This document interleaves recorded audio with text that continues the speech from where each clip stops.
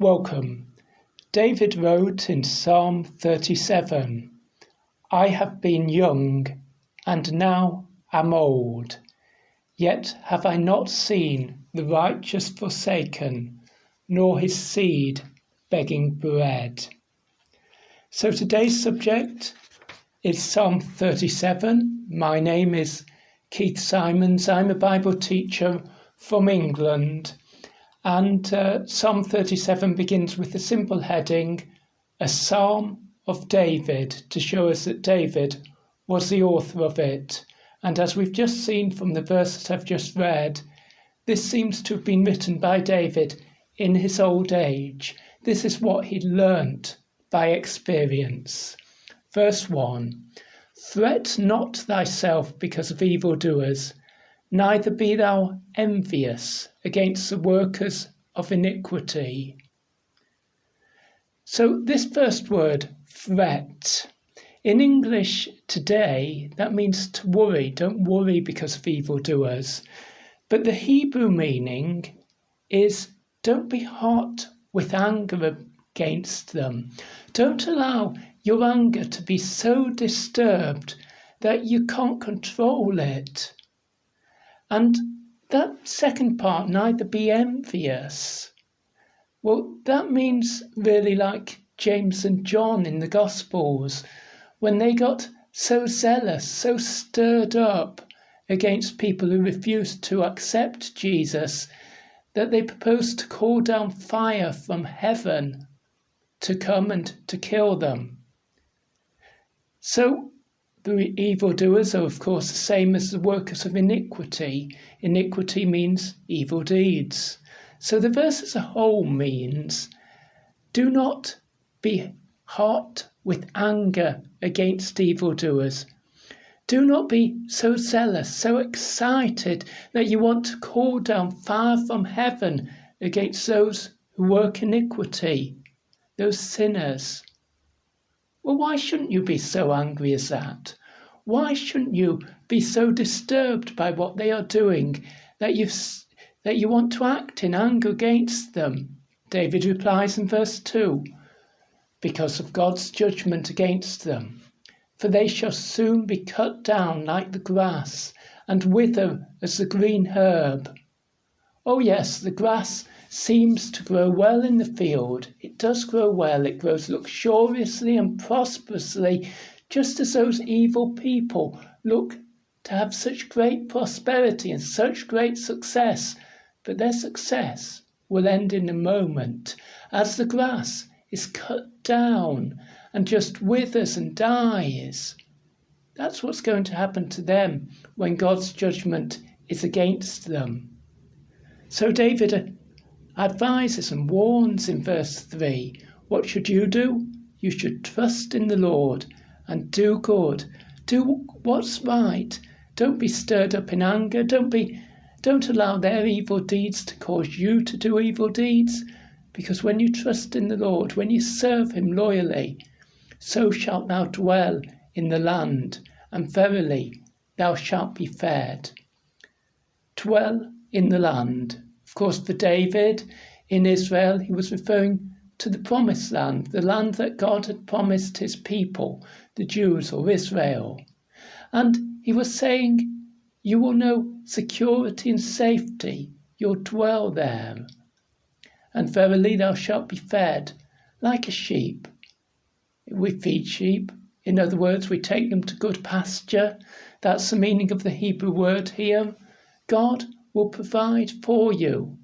You're not dependent on those evil people. They may take your possessions from you. They may take your land from you.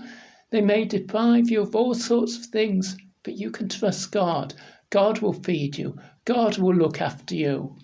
So, verse 4, you should delight thyself also in the Lord, and he shall give thee the desires of thine heart. Someone says, but that's wrong, isn't it? Because I have all sorts of wrong desires in my heart, and surely God isn't going to give me those. No, of course, if you've got wrong desires, you won't get those. This promise is for the person who delights themselves in the Lord. In other words, they want what God wants. Their will is as God's will. And God is giving them the desires of their heart, because the true desires of their heart are to want what God wants. Verse 5. Commit thy way unto the Lord. Trust also in him, and he shall bring it to pass. Thy way, your pathway through life, your journey through life. What happens in your life? Trust God about that. And God will bring about what he wants from your life. Verse 6 suggests to us what these evil people are doing. They're accusing God's people. They're stirring up trouble for them. Maybe they're even making judgments in a court of law against them. But God is looking after his people, and he shall bring forth thy righteousness as the light, and thy judgment as the noonday. We talk in English about truth coming to light. God is going to bring your righteousness, your right relationship with him, clear to everyone. He's going to uphold your cause. He's going to look after you. He's going to bring justice for you. That's what judgment means. He's going to bring justice for you. And as sure as day follows night, so this present time of darkness in the land, this present time when evil people have so much power, will come to an end. And it doesn't depend on you.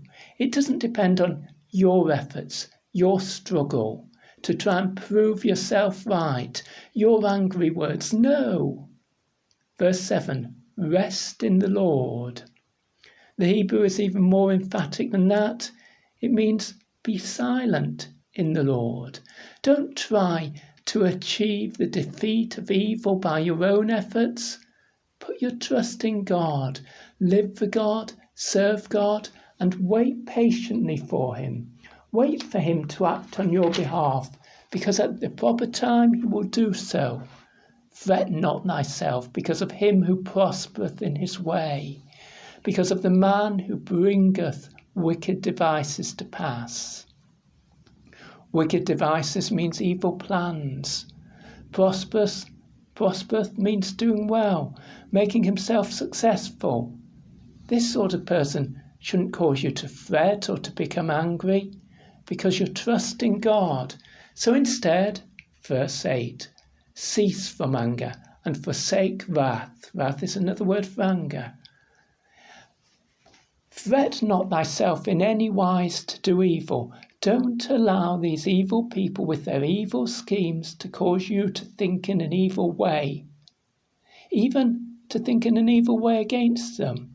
No, you're waiting for God to act. Verse 9, for evildoers shall be cut off, but those that wait upon the Lord, they shall inherit the earth. It's the same word for earth as it is for land earlier on. This is the promised land. But, of course, for God's people everywhere, the promise is they shall inherit the earth. God's possession for them is the earth. God is giving it all to them to live in, that they may serve him there. This evil time will certainly come to an end, and it will come to an end sooner than you expect it, perhaps. Verse 10, for yet a little while, not a long time, a short time, and the wicked shall not be. Thou shalt diligently consider his place, and it shall not be. Oh, the wicked person made himself a prosperous house. He acquired lots of farmland through theft and through robbery and through his evil deeds. He looked so wealthy and so luxurious and so secure in his place and in the land. But when God's judgment comes, there will be no place for wicked people in the land that God has given his people. But, verse 11, the meek, God's humble people, maybe God's poor people, those who have been so deprived and so mistreated by evil people, well, God has a promise to them. The meek shall inherit the earth. That's words that Jesus repeated, of course, in the Sermon on the Mount. And they shall delight themselves in the abundance of peace. At the time when God's King, God's Messiah rules all things, then God's people shall have their place in his world, the world that Messiah rules. They'll have their proper place in there, and they'll have peace and prosperity and success, not like the prosperity of evil men, not a prosperity gained by robbery and injustice and evil, but a prosperity because God's Messiah is ruling and ruling rightly. On to verse 12. And we're now going to learn a little about these wicked people. Verse 12, the wicked plotteth against the just, and gnasheth upon him with his teeth. To plot is to make evil schemes, evil plans. These wicked people are making evil schemes against the just, against those people who serve God and live in the right way. And what's this evil scheme? Well, it's to take advantage of those people, just as the most fierce wild animals attack an innocent little animal and pull them apart or gnash on them with their teeth. Wicked people are constantly trying to destroy and attack God's people and take their possessions for themselves. But verse 13 declares what's going to happen. The Lord shall laugh at him, at the wicked person, for he seeth that his day is coming. To laugh means to mock. The day that is coming is God's day, the day when King Messiah rules, the day when King Messiah is the judge of all people. And in that day, the wicked person, for all his proud schemes, will see the failure of them all. Verse 14, the wicked have drawn out the sword and have bent their bow to cast down the poor and needy, and to slay such as be of upright conversation. Oh, so this is now the language of war. The wicked have a sword, sharp knife. They have a bow. And what is more, they've got these things ready. They've drawn out the sword. They've taken it out of its protective holder. They've bent the bow. They're about to shoot and to kill, to cast down or to throw to the ground or to defeat or to kill God's people, who are here called the poor and needy. And they're also called those who are of upright conversation. Conversation today means speech, but in the time of the King James Bible, it meant how you live your life. Those of upright conversation are those who live their lives in an upright and proper way. God's going to make a judgment against those wicked people. Verse 15, their sword shall enter into their own heart, and their bows shall be broken. This evil scheme is certain of defeat because God is against it. Indeed, God turns it against the wicked people themselves. But someone says, we've said that God's people might be the poor and needy, verse 14, and how can the poor and needy inherit the earth? How can they receive all these good things that God has for them? They have so little. Oh, but you're looking at it in the wrong way. Verse 16, a little that a righteous man hath is better than the riches of many wicked. Many wicked people may boast of their wealth. It's worth nothing. And although the righteous person, God's person, has so little in this life, God makes it better than all that wealth. Verse 17, for the arms of the wicked shall be broken. If your arms are broken, you lose the power to lift things, you lose the power to hold things, you lose the power to carry things. The wicked will lose all their power. They will lose all their wealth. They will lose all the things that they consider precious. but the Lord upholdeth the righteous. He's looking after his faithful people. Verse 18, the Lord knoweth the days of the upright, and their inheritance shall be forever. Yes, God knows them. He knows every day that they live, and he is preparing for them a permanent place, a permanent reward, a permanent inheritance. So although they suffer now, verse 19, they shall not be ashamed in the evil time, and in the days of famine they shall be satisfied. Famine is the time when you don't have enough food, but they will have enough because God will provide for them even during the evil time, even during the time of suffering. Verse 20, but the wicked shall perish, and the enemies of the Lord shall be as the fat of lambs. They shall consume, into smoke shall they consume away. So here we've got again God's judgment against these wicked people repeated over and over. This time the word picture is of the fat, the valuable part of a lamb. The part that burns so easily, it burns into smoke. But that's not the end of its destruction, because then the smoke is scattered by the wind until no one can see any part of the smoke. So the wealth and the success and the prosperity of which these evil men boasted turns to nothing, and they are turned over to their proper punishment and to the judgment of God. Let's start to learn then about good people. Verses 21 and 22. The wicked borroweth and payeth not again, but the righteous showeth mercy and giveth. For such as be blessed of him, that's of God, shall inherit the earth, and they that be cursed of him, of God, shall be cut off. Yes, the righteous person is so different from the wicked person. When the wicked person borrows, he never returns it. He never pays back. But the righteous can be so generous and so kind-hearted as to give and not expect it back. They're receiving a reward, the reward of God's blessing, of God's kindness upon them. That reward, of course, the promised land. They shall inherit the earth.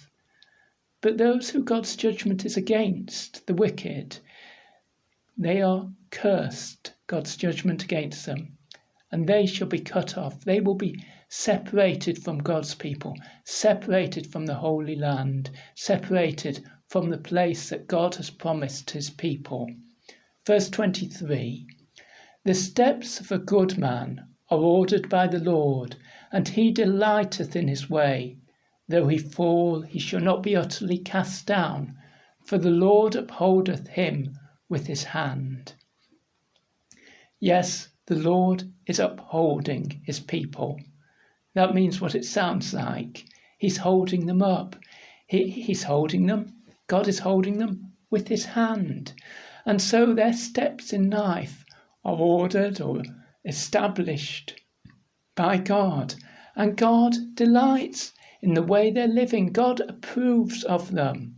And though they run into troubles, and though they run into difficulties, sometimes through the fault of evil people, sometimes by their own mistakes, it doesn't destroy them. It doesn't ruin them, because God is holding them up. God is looking after them. How much, we say, is God looking after his people? David replies with that testimony, verse 25, I have been young, and now am old, yet have I not seen the righteous forsaken, nor his seed begging bread. God's people are not forsaken. God never turns away from them. To be forsaken means to be left alone, but God's people always have God with them. The seed of the righteous means, well, properly it means the children of the righteous, but in the Bible it's got the specific meaning of those who are following the same way as their parents. And sometimes you have this phrase, seed used of those who are not parents and children, the future righteous people. David says he's never seen them begging bread. Yes, perhaps they've been poor and needy, but they haven't been so destitute as to need to beg, so poor as to need to beg, because God has provided for them. They are righteous, they are God's people. When they've been short of things, when they've been in need, they've looked to him, they've trusted him. And in David's experience, God always provided for them. In fact, he provided for them much more than for them to be very poor. Because verse 26, he, that's the righteous person, God's person, is ever merciful and lendeth, and his seed is blessed. In other words, God provided that even though that righteous man was poor, yet he had enough that he could share what he had with others. And it's part of being one of God's people that God often gives us the opportunity to share what we have with others. His seed is blessed. Those who follow in the future the righteous way, the good way, God's way, God's kindness is to them. So David can now give advice in verse 27. Depart from evil and do good and dwell forevermore. Verse 28. For the Lord loveth judgment and forsaketh not his saints. They are preserved forever, but the seed of the wicked shall be cut off. God doesn't turn away from his saints, his holy people, he now calls God's people. He loves those who care about judgment, who care about what's right. So you shouldn't be with the seed of the wicked. You shouldn't be with those who follow wicked ways and are separated from the place that God has for his people. No, you should be among those who dwell forevermore, who know God's everlasting life. And who are they? The ones who depart from evil, who separate themselves from evil. They live amongst evil people. The world around them is full of evil people. They cannot escape from evil people, but they depart from evil. They choose not to do evil in their own lives. They choose to do what is good. Verse 29, the righteous shall inherit the land and dwell therein forever. And verse 30, the mouth of the righteous speaketh wisdom, and his tongue talketh of judgment. The law of God is in his heart, none of his steps shall slide. Now we're starting to understand this righteous man. Where does he receive his wisdom? Where does he learn of judgment, of justice? It's in God's law. And God's law for him is the Bible, of course, but it's not just a book that he puts away. No, he's learnt it. He's placed it in his heart. That is what he lives by. That is how he lives. That is why none of his steps, none of the things he's doing in life shall slide. In other words, not like someone who's walking along and slips and falls. No, he stands firm because he knows what God's law is. He knows what God's taught. Verse 32. The wicked watcheth the righteous, and seeketh to slay him. The Lord will not leave him, the righteous man, in his, the wicked man's hand, nor condemn him when he is judged. So the wicked person is constantly in this life watching God's people, constantly making evil schemes against God's people, and constantly failing because the Lord doesn't hand over his people to the power of wicked people. It says at the end of verse 33 that the Lord will not condemn the righteous man when he, the righteous man, is judged. That word condemn in the Hebrew means act wickedly. God will not act wickedly against his people. God will do what is right. God will look after them. God will uphold them, and in the place of judgment, God will be their defender and their supporter. Wait on the Lord, verse 34, and keep his way, and he shall exalt thee to inherit the land. When the wicked are cut off, thou shalt see it. I've spoken so far in terms of a future judgment, but this is not all about the future. Sometimes we see, even in this life, how God's judgment is clear against wicked people. David had seen that too. David had seen how he'd turned over the nation of Israel under his rule, and he'd allowed him to put many good people in government and to take many evil people away from their positions of power. And so David gives another testimony in verse 35. In verse 25, he gave his testimony about the righteous people. Now, David's testimony about the wicked people. Verse 35, I've seen the wicked in great power, and spreading himself like a green bay tree. Yet he passed away, and lo, he was not. Yea, I sought him, but he could not be found.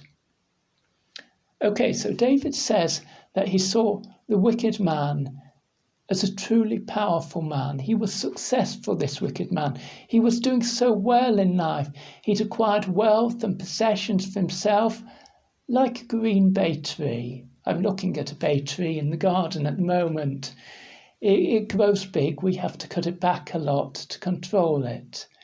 The Hebrew describes not really a tree of the type I'm looking at, but the sort of tree that's growing in its own native land. It's growing in a place where it grows well. And verse 26, this thing of passing away, the King James translators have it worded like the wicked man dying, but in the Hebrew it's worded much more like, I saw this tree and I passed by it. And then I turned to look for the tree, the wicked man, yet he could not be found. I searched and I searched, and I just couldn't find the tree that had so much impressed me. And I searched and I searched for that wicked man who seemed to have such great power. And I couldn't work out where he'd gone, what had happened to his wealth, what had happened to him. But I knew, because God's judgment was against him. So verse 37, mark the perfect man, watch for him, behold the upright, for the end of that man is peace. But the transgressors, the people who do evil things, shall be destroyed together. The end of the wicked shall be cut off. They shall be separated from God's people. This time, when good people and bad people mix together in this world, will come to an end. And only those who've turned to God, only those who've put their trust in God, only those who've chosen to forsake evil and do good will have a place in the land, in the world, when Messiah's rule is complete. Because, verse 39, but the salvation of the righteous is of the Lord. He is their strength in the time of trouble, and the Lord shall help them and deliver them. He shall deliver them from the wicked and save them, because they trust in him. He delivers them, he saves them. He allows them to escape from the plans of evildoers, and he brings them to a place of safety. That final word for trust really means seek refuge. They seek refuge in him. They look for a safe place, for a place of protection. And where do God's people find that place of protection? They trust in God. God himself is their place of protection. Please write to me. My email address is 333kjv@gmail.com. That's 333kjv@gmail.com. And now, here's the whole of Psalm 37. A psalm of David. Fret not thyself because of evildoers, Neither be thou envious against the workers of iniquity, for they shall soon be cut down like the grass, and wither as the green herb. Trust in the Lord, and do good, so shalt thou dwell in the land, and verily thou shalt be fed. Delight thyself also in the Lord, and he shall give thee the desires of thine heart. Commit thy way unto the Lord, trust also in him, and he shall bring it to pass. And he shall bring forth thy righteousness like the light, and thy judgment as the noonday. Rest in the Lord, and wait patiently for him. Fret not thyself because of him who prospereth in his way, because of the man who bringeth wicked devices to pass. Cease from anger and forsake wrath. Fret not thyself in any wise to do evil. For evildoers shall be cut off, but those that wait upon the Lord, they shall inherit the earth. For yet a little while, and the wicked shall not be. Thou shalt diligently consider his place, and it shall not be. But the meek shall inherit the earth, and shall delight themselves in the abundance of peace. The wicked plotteth against the just, and gnasheth upon him with his teeth. The Lord shall laugh at him, for he seeth that his day is coming. The wicked have drawn out the sword, and have bent their bow, to cast down the poor and needy, and to slay such as be of upright conversation. Their sword shall enter into their own heart, and their bows shall be broken. A little that a righteous man hath is better than the riches of many wicked. For the arms of the wicked shall be broken, but the Lord upholdeth the righteous. The Lord knoweth the days of the upright, and their inheritance shall be forever. They shall not be ashamed in the evil time, and in the days of famine they shall be satisfied. But the wicked shall perish, and the enemies of the Lord shall be as the fat of lambs. They shall consume, into smoke shall they consume away. The wicked borroweth, and payeth not again, but the righteous showeth mercy, and giveth. For such as be blessed of him shall inherit the earth, and they that be cursed of him shall be cut off. The steps of a good man are ordered by the Lord, and he delighteth in his way. Though he fall, he shall not be utterly cast down, for the Lord upholdeth him with his hand. I have been young, and now am old, yet have I not seen the righteous forsaken, nor his seed begging bread. He is ever merciful, and lendeth, and his seed is blessed. Depart from evil, and do good, and dwell for evermore. For the Lord loveth judgment, and forsaketh not his saints. They are preserved forever, but the seed of the wicked shall be cut off. The righteous shall inherit the land, and dwell therein forever. The mouth of the righteous speaketh wisdom, and his tongue talketh of judgment. The law of his God is in his heart, none of his steps shall slide. The wicked watcheth the righteous, and seeketh to slay him. The Lord will not leave him in his hand, nor condemn him when he is judged. Wait on the Lord, and keep his way, and he shall exalt thee to inherit the land. When the wicked are cut off, thou shalt see it. I have seen the wicked in great power, and spreading himself like a green bay tree. Yet he passed away, and lo, he was not. Yea, I sought him, but he could not be found. Mark the perfect man, and behold the upright, for the end of that man is peace. but the transgressors shall be destroyed together. The end of the wicked shall be cut off, but the salvation of the righteous is of the Lord. He is their strength in the time of trouble, and the Lord shall help them and deliver them. He shall deliver them from the wicked and save them, because they trust in him.